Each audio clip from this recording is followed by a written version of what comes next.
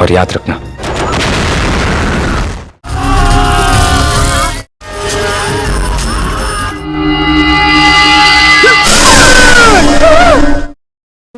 Halo teman film pecinta India lawas dimanapun kalian berada, selamat datang kembali di channel ini ya. Channelnya orang yang suka nonton film India lawas dan mau bernostalgia boleh gabung di sini tempatnya. Film lawas berikutnya yang akan Mimin bahas yaitu film yang berjudul Gangajal. Film yang dirilis pada tahun 2003 ini diperankan oleh aktor dan aktris lawas diantaranya Ajay Devgan, Gracie Singh, Mohan Joshi, Yaspal Sharma, Kranti Redkar, dan masih banyak lagi yang lainnya. Film ini mengisahkan tentang seorang perwira polisi yang berjuang demi perdamaian sebuah kota. Dengan kecerdasannya, dia berusaha membenahi sistem yang rusak akibat ulah para mafia korup. Bagaimanakah kisah selengkapnya? Yuk gak berlama-lama lagi, kita kupas tuntas film ini. Oke guys, kita langsung saja ke alur ceritanya.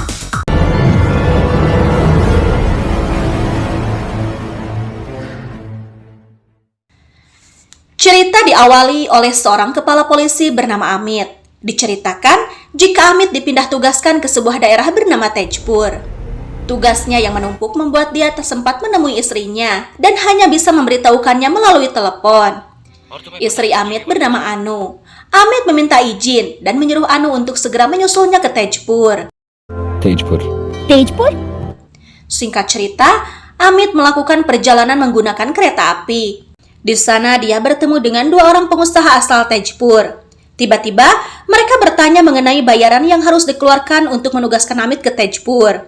Amit merasa pertanyaan itu terlalu sensitif baginya.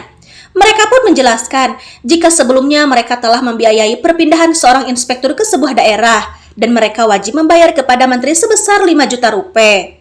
Amit pun menegaskan jika dia tak tahu menahu mengenai prosedur tersebut. Halo Amit. Singkat cerita, Amit tiba di kantor polisi pusat. Dia bertemu dengan komisaris yang bernama Verma. Amit sangat diandalkan oleh Perma dan memintanya untuk menggantikan posisi kepala polisi yang mengundurkan diri. Perma berkata jika kepala polisi sebelumnya menyerah dalam tugas karena merasa tak sanggup jika terus bentrok dengan para mafia di Tejpur. Amit kemudian melanjutkan perjalanan ke Tejpur. Saat di perjalanan, tiba-tiba mobil dinasnya mogok. Supirnya berkata jika di daerah tersebut ada sebuah kantor polisi dan mengajak Amit untuk mampir sambil membetulkan mobilnya. Amit pun tiba di kantor polisi daerah Sikapur. Namun, kepala polisi di sana yang bernama Bola malah asik rebahan di dalam sel. Amit menegurnya karena terlalu santuy dalam menjalankan tugas. Bola pun menjelaskan jika di daerahnya sangat minim kejahatan karena sebagian besar penduduknya adalah para mafia. Bahkan, senjata yang dimiliki kepolisian tak sebanding dengan canggihnya senjata mereka. Amit bergegas meninggalkan tempat itu, namun mobilnya belum selesai diperbaiki. Tiba-tiba, Amit melihat ada sebuah bus melintas. Amit menaiki bus itu yang kebetulan mengarah ke Tejpur. Namun saat di perjalanan, ada segerombolan polisi mengadakan razia di jalan. Amit meminta semua orang untuk merahasiakan identitasnya. Terlihat beberapa anggota polisi menggeledah seluruh penumpang dan Amit menghampiri kepala polisi di sana yang diketahui bernama Mangni.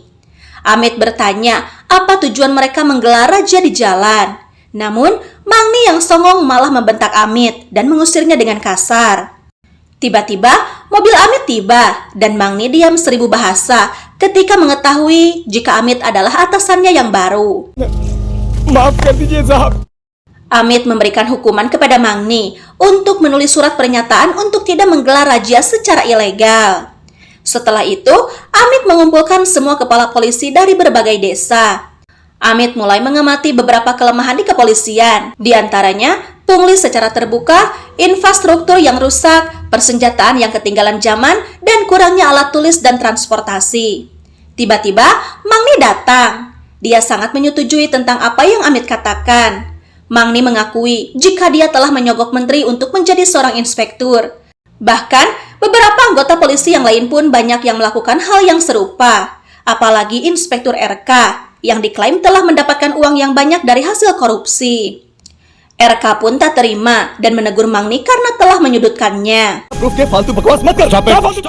Cerita pun berpindah. Beberapa anggota kepolisian berkumpul untuk mengambil uang dari hasil pungli. Diketahui jika mereka mendapatkan jatah dari seorang yang bernama Nunwa. Namun, RK merasa kurang puas dengan hasilnya. Dia lalu mendatangi Nunwa untuk meminta bayaran penuh. Namun Nunwa malah melenyapkan Inspektur RK. Keesokan harinya, Tejpur menggelar sebuah acara sakral yang diselenggarakan oleh Sadhu Yadav. Semua orang hormat kepadanya, bahkan anggota kepolisian tak segan untuk berlutut kepadanya. Namun, Amit tak melakukannya dan memilih untuk meninggalkan tempat itu. Kematian RK menjadi kasus yang perlu dipecahkan. Amit turun ke TKP dan menginterogasi beberapa warga lokal yang diklaim sebagai saksi. Anak buah Amit terus saja menyudutkan warga agar mereka menjadi tersangka. Namun mereka bersumpah tidak ada hubungannya dengan kematian RK. Amit pun lebih mempercayai warganya dan meminta mereka untuk dibebaskan. Mas.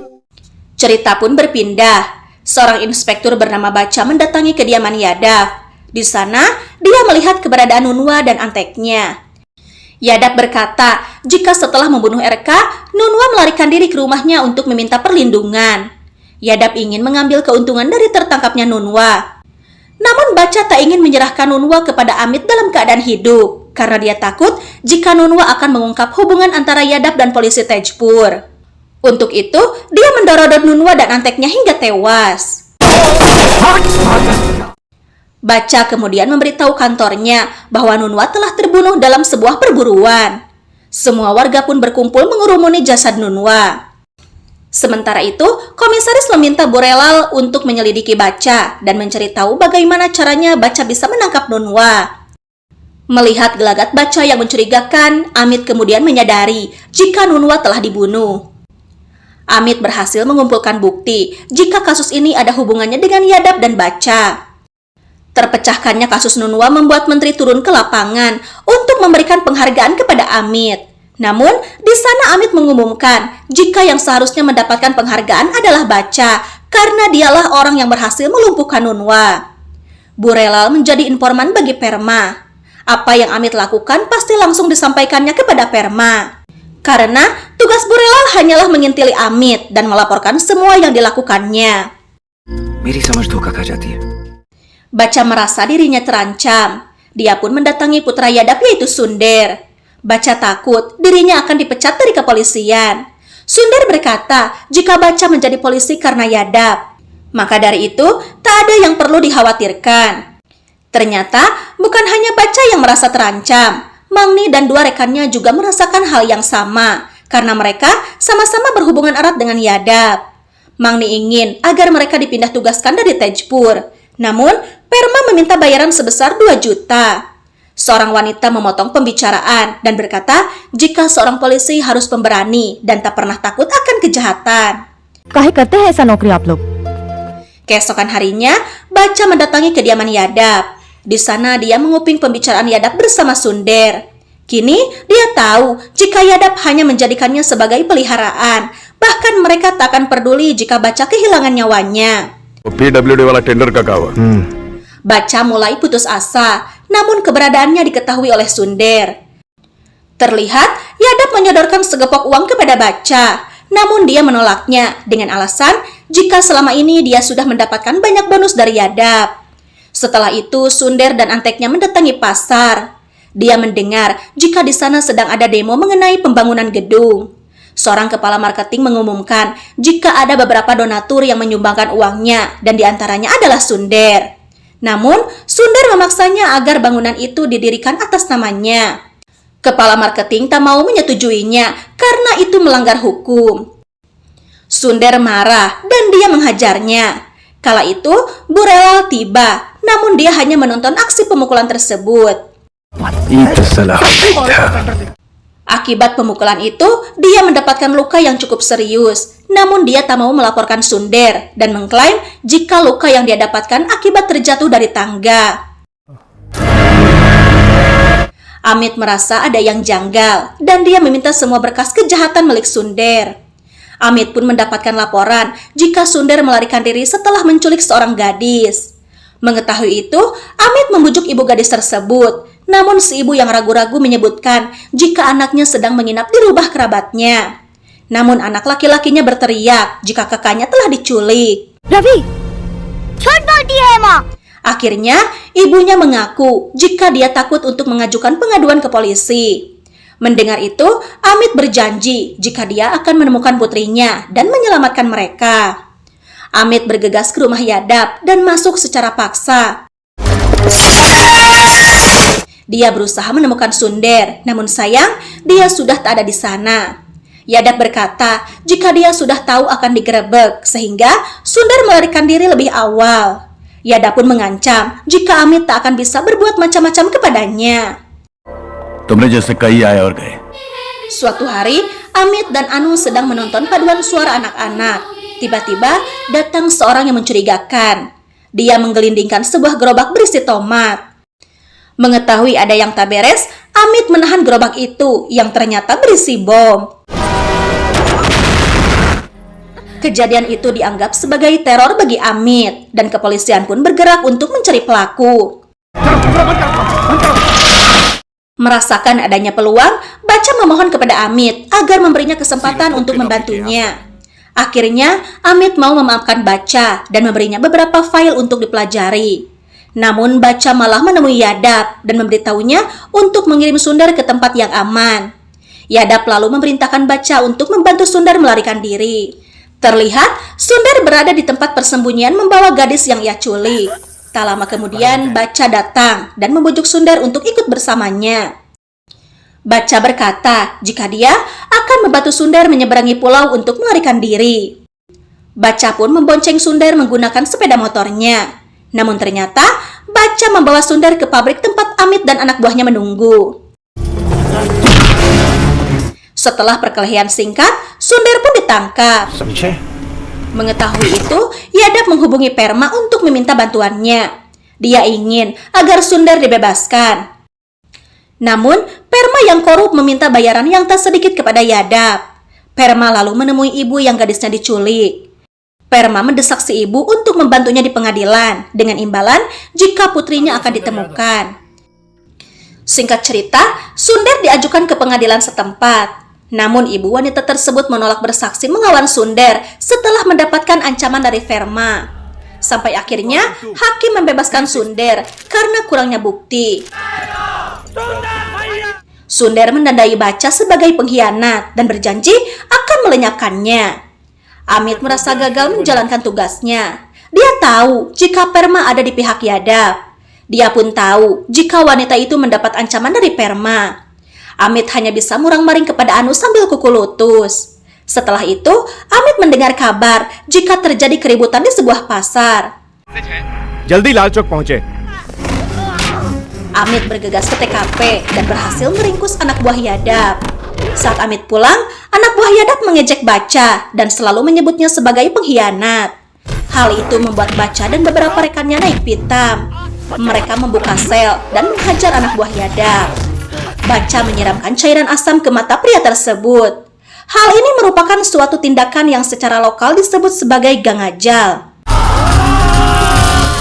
Insiden ini menimbulkan kontroversi dan polisi dituduh main hakim sendiri. Amit menjadi salah satu polisi yang dituntut untuk menyelesaikan permasalahan. Kini, Tejpur dikenal sebagai kota yang memiliki polisi tukang main hakim sendiri. Mengambil inspirasi mengerikan dari insiden tersebut, petugas polisi setempat juga menyiramkan air keras ke mata para penjahat di penjara mereka, sehingga menciptakan ketakutan yang akut di seluruh Tejpur dan menurunkan tingkat kejahatan. Sifat kekerasan dari tindakan tersebut mendapat dukungan penuh dari masyarakat. Sementara itu, Amit masih belum bisa memecahkan masalah dan menangkap pelaku utamanya. Tiba-tiba dia mendapat kabar jika Anu menjadi korban penyiraman air asam. Hal itu tak sengaja terjadi karena warga yang terlampau marah mengejar pelaku pelecehan. Namun sayang, air asam itu malah mengenai Anu yang terlibat kecelakaan. Amit sangat marah. Dia mendatangi tempat kejadian dan mencari beberapa warga yang diklaim sebagai tersangka. Namun tak ada yang mau mengakuinya. Amit lalu berhasil meringkus 2 orang yang menjadi sasaran warga tersebut. Setelah semua petugas menyangkal keterlibatan mereka dalam insiden tersebut, Baca menulis pengakuannya dalam sebuah surat dan menyimpannya di atas meja Amit. Ketika Baca sampai di rumahnya, dia menemukan Sunder telah menyandera putra dan istrinya. Setelah perjuangan singkat, Sunder membunuh Baca dengan menembak matanya. Amit kembali ke kantor dan menemukan sepucuk surat yang ditulis oleh Baca. Amit merasa sangat marah. Amit mengeluarkan surat perintah penggeledahan untuk Sunder. Amit mengundang Yadav ke kantornya dan memperingatkannya untuk memberitahu Sunder agar menyerahkan diri. Yadav kembali meminta pertolongan kepada Perma dan dia mendapatkan rencana yang baru untuk melawan Amit dengan imbalan 1 miliar rupiah. Namun, rencana Yadav pun diketahui oleh Amit. Yadav menemui anak buahnya dan meminta untuk mengumpulkan uang sebesar 250 juta. Anak buahnya ketakutan dan tersanggup harus mencari uang sebanyak itu. Tiba-tiba, dia dikejutkan dengan keberadaan Amit di mobilnya. Amit mengetahui posisi Sunder dan berhasil membuka penyamarannya. Dia pun ditangkap dan dibawa ke penjara. Saat di pengadilan, Yadav tak bisa berbuat banyak.